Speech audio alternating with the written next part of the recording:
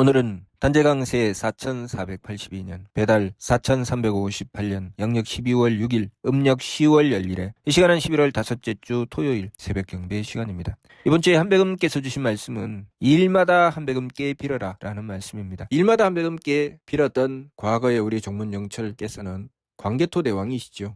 광개토 대왕께서는 일마다 한배금께 빌었다 하셨습니다.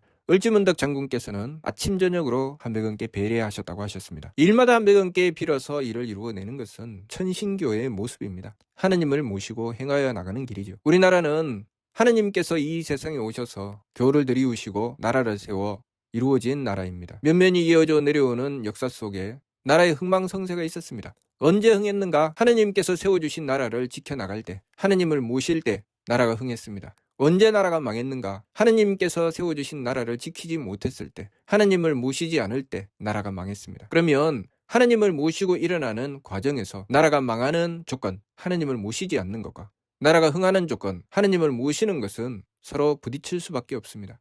극단적인 문제를 만나게 되죠. 그 극단적인 문제를 만났을 때 무엇이 더 강력한가에 따라서 나라가 흥할 수도 있고 망할 수도 있죠. 다시 말해서 하느님을 모시는 힘이 더욱 강력해질 수도 있고 쇠퇴해질 수도 있습니다. 더 강력하면 그 힘으로 일어나게 될 것이고, 쇠퇴하면 그것 때문에 무너지게 될 것입니다. 진화라고 하는 것은 주변 환경이 바뀌는 것이 아닙니다. 내가 바뀌는 것이죠. 우리 인류가 진화에 온 것은 내가 바뀐 것입니다. 내가 바뀌어서 다른 맹수들의 먹잇감에 불과했던 우리 인간들이 그 모든 먹이사슬의 가장 높은 곳에 임하여 만물의 영장으로서 삶을 영위하게 된 것입니다. 내가 바뀌어 나가는 것, 그것은 새로운 시대의 시작이죠. 진화는 새로운 시대를 기약하는 것입니다. 우리 인류가 진화해 오지 않았다면 인류에게 주어지는 이 시대는 없었겠죠. 문화와 문명은 인류의 풍요를 이루어 주었습니다. 그것은 오직 하느님을 모시는 조건으로 이루어진 것이죠. 그래서 하느님을 모시지 않으면 인류와 문화와 문명은 멸하게 됩니다. 다른 짐승이 와서 해치지 않아도 먹이사슬의 가장 높은 곳에 임하였기 때문에 서로가 서로를 향해서 무찔러서 결국은 무너져버리고 말죠. 그렇게 문화와 문명이 사라져가게 되는 것입니다. 그것을 우리 인간들이 스스로 경계하며 인류의 종말이라고 합니다. 우리 인간들이 이런 식으로 살면 종말을 맞게 될 것이다. 우리 인류들은 멸종하게 될 것이다 라고 예언합니다. 무엇 때문에 그럴까요? 삶의 목적, 삶의 본질을 망각할 때 그렇게 되는 것이죠. 우리가 하나님을 모시는 것은 삶의 길을 찾는 것입니다. 그 본질을 찾는 것이죠. 한쪽은 병들어 죽어가고 한쪽은 생명을 얻어서 살아가려고 하는 것. 우리 몸속에서 병균이 침투하여 한쪽이 병들어 죽어가면 다른 한쪽은 살려내려고 합니다. 그 둘 간의 전쟁에서 승리하는 쪽이, 만일 그 몸을 지키려고 하는 쪽이 승리하게 되면 살아나게 될 것이고, 그 몸을 병들게 하는 쪽이 승리하게 되면 죽게 되겠죠. 우리는 생존의 문제를 만났습니다. 생존의 문제를 만나면 죽고 사는 문제가 걸립니다. 죽고 사는 문제의 사명을 맡은 자는 그 죽고 사는 문제를 현실에서 부닥치게 되죠. 그래서 항상 세상을 구하는 이들은 죽고 사는 문제를 만납니다. 호암대종사께서 죽고 사는 것이 이 몸 껍데기에 있는 것이 아니라 믿음과 의리는 신명이 증거한다고 하셨습니다.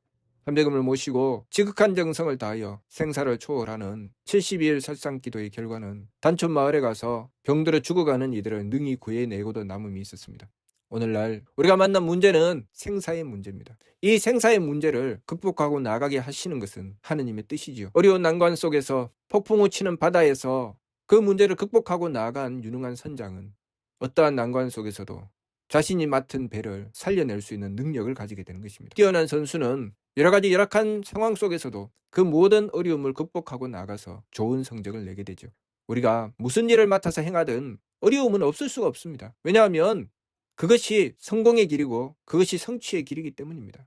작은 씨앗이 싹이 터서 올라올 때 땅 위에는 매서운 추위가 있습니다. 그 얼음을 뚫고 솟아 올라오는 것, 봄철에 나오는 새싹입니다. 여린 잎이 그 두꺼운 얼음을 뚫고 세상 밖으로 고개를 내밀 때 그 모진 추위와 싸워서 이겨야 되죠. 그 모진 추위와 싸워서 이겨내지 못한다면 얼어서 죽어버리고 말 것입니다.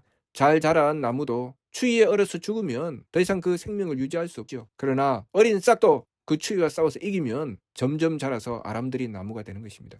우리의 삶 속에 항상 만나는 것은 우리가 뚫고 나가야 될 어려움이죠. 문제를 무엇으로 해결해낼 것인가? 하나님을 모시고 해결해내는 길, 그것이 천신교입니다.